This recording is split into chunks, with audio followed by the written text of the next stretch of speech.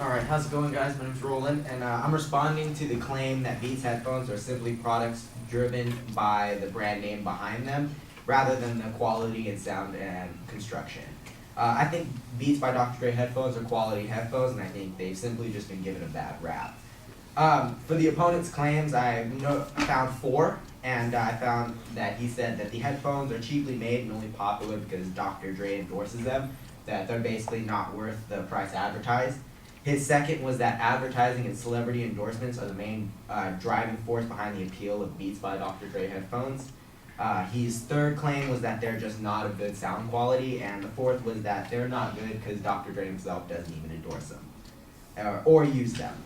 So for his first claim, really when you look at it, it doesn't really matter how much it costs to produce the headphones. These headphones are advertised as premium headphones.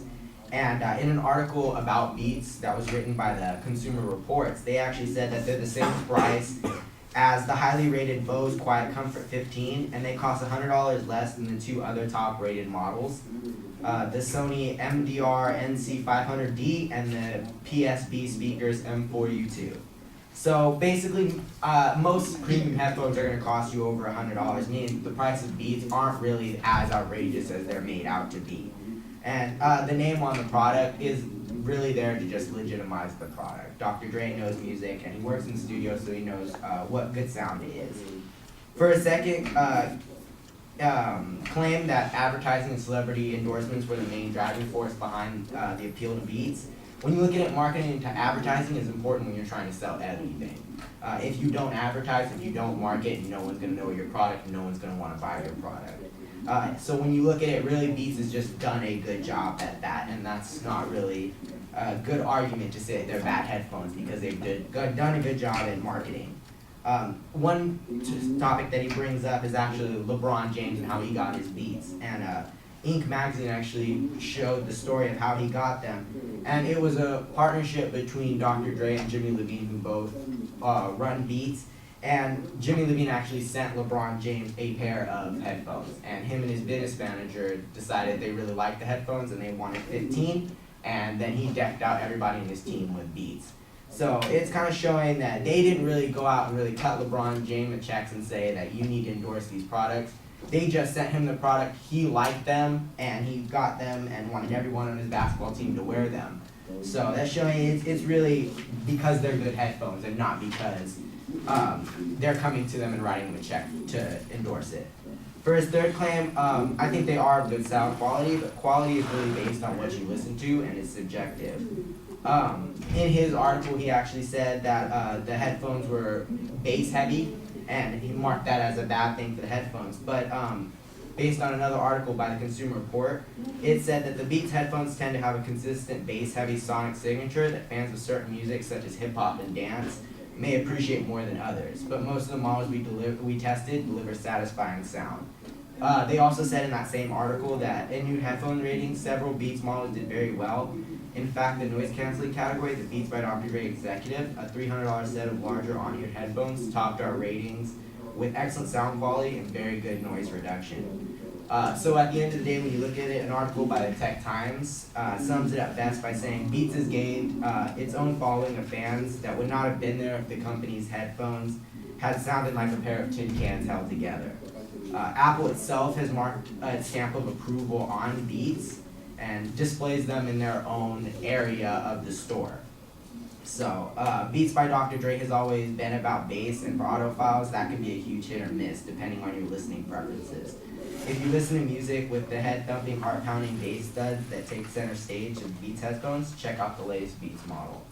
And for his final claim that they aren't good because Dr. Dre doesn't use them himself, even though he may have brought up a very good picture that Dr. Dre didn't use them in his own studio session, it doesn't mean that he doesn't endorse his product. And he has said in numerous interviews that the brand is representative of him.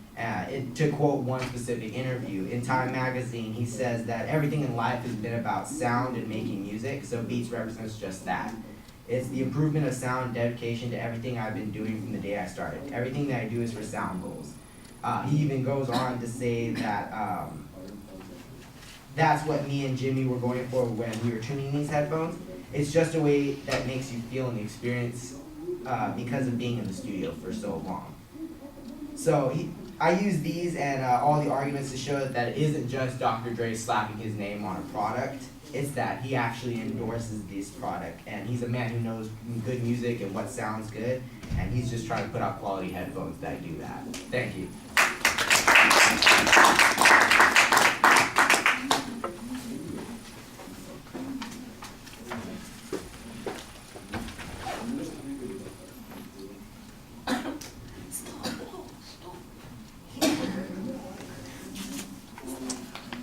All right, the proposition's clearly identified. You preview the supporting points. You follow the structure very clearly. I thought that was fine. On the first point, you did a good job minimizing the issue of the cost and suggesting that all the headphones fit, in over a particular cost, and that's not relevant all that much. And that in fact that the Beats are less expensive than some others in that same category, which seems like a reasonable response to that argument. Let's face it, anything that you make, it gets marked up, and it's worth what people will pay for it. So otherwise, it's just a subjective question. Okay, so they use $20 worth of parts and they sell it for $200. It says, well, that sounds unreasonable, except that you're not just paying for parts, you're paying for the design, the invention, the production, the marketing, all those sorts of things. And I thought that the comparison to the other headphones is the thing that makes that point work the best. On the second point, I thought that you had a pretty good criticism here. They're being criticized for successfully marketing their product, which seems strange. The idea that all kinds of products get marketed is fine. That they've been able to find a niche and do so in a unique way doesn't necessarily disqualify the headphones from being appropriate headphones or useful headphones or having some quality to them. And I thought that that was a good argument. I also thought that the story about how LeBron ended up with the headphones is a good story. I think you need a source citation on it because I believe that what you're describing is probably accurate. But it does sound a little self-serving. And the idea that LeBron didn't eventually get a check, I'm sure he eventually got a check, but the idea that he initiated the process and that all of that happened before he became an official sponsor, or excuse me, a spokesperson for the product. That's the thing that you want to get in there, and that's why you need to have that source citation on that particular story. On the third point, you basically acknowledge, look, so it is beat heavy.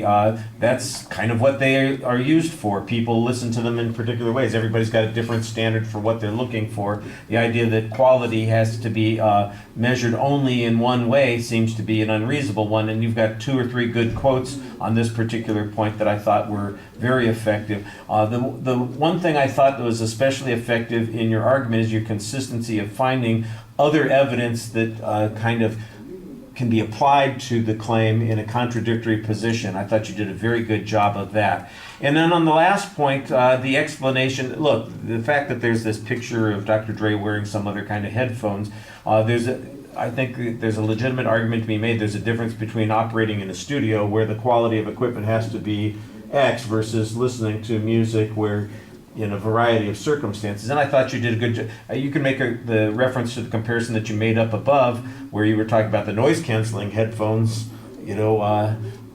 They're clearly better in that particular situation. Context is king. What is the context that we're looking at? They've taken a picture in one context without necessarily looking at the context in which most people are utilizing the headphones for. And then there's this whole explanation that says it's really about how the two guys came up with this product in the first place and what their motivation is. Now, I could easily see why somebody could come back and say, and who says this? The person who's selling the product is making all the money from it, so there's potential bias there. But at least they're going to have to make that response because you made an argument here. All right, thank you.